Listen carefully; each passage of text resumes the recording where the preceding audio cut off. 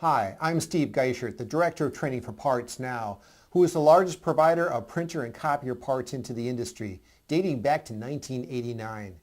In 1991, we introduced printer repair training on monochrome laser printers.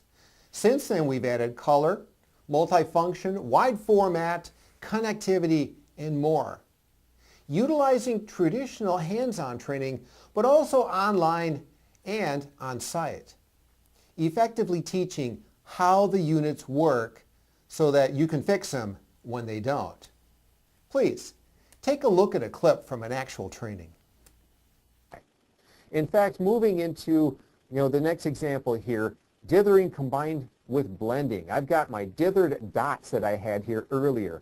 And you can see in the right corner where I've got the violet box that I had. Well, I want to change the color. I want to make it more of a purplish type of color. So one of the ways that I can do that is I have my cyan dot next to a magenta dot and so on, is I start mixing in some of those blended dots, where I start putting in some of those processed color blue dots that I've done through the blending process. And as I do that, my colors start changing here, and the hue that I'm perceiving with the staggered dots next to each other, very small, makes it look like a different hue, different color altogether. Now, with that, I'd like to ask some questions. If I want to take that color, same hue, right, same hue and same chromaticity or saturation, but I want to make it lighter. I want to increase its luminosity. How do I do that? I want to make it look whiter, look brighter. Think about it for a second. Well, one of the ways that you can make it look whiter or brighter, because I can't go and dim the lights or change the lights on, can I? And in fact, if I do that, I'm going to change the whole thing and not just that particular object on the printed page there. One thing I can do is I can remove dots. So I'm going to have more white that's reflecting back at me. More white of the background, assuming that we have a white background, a white piece of paper, is going to create a brighter looking image coming back at me. Okay. Now that's how I can whiten it. What if I want to darken the image?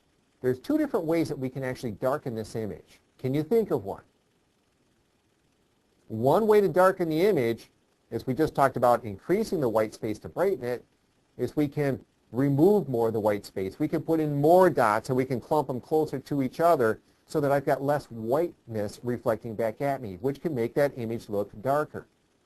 A second way of doing this, and if I want to make that darker image darker yet, what can I do? Is I can start installing or inserting black dots like you see here. What does black do? Well, when I have my red, green, blue wavelengths of light coming down and hitting black, what bounces off of it? Nothing, as we recall from our subtractive theory. It's absorbed into that black color and it stays with that black color. So I have less light that's reflecting back at me when I mix in these black dots here. Hope you enjoyed the clip. Feel free to contact me if you'd like to learn more.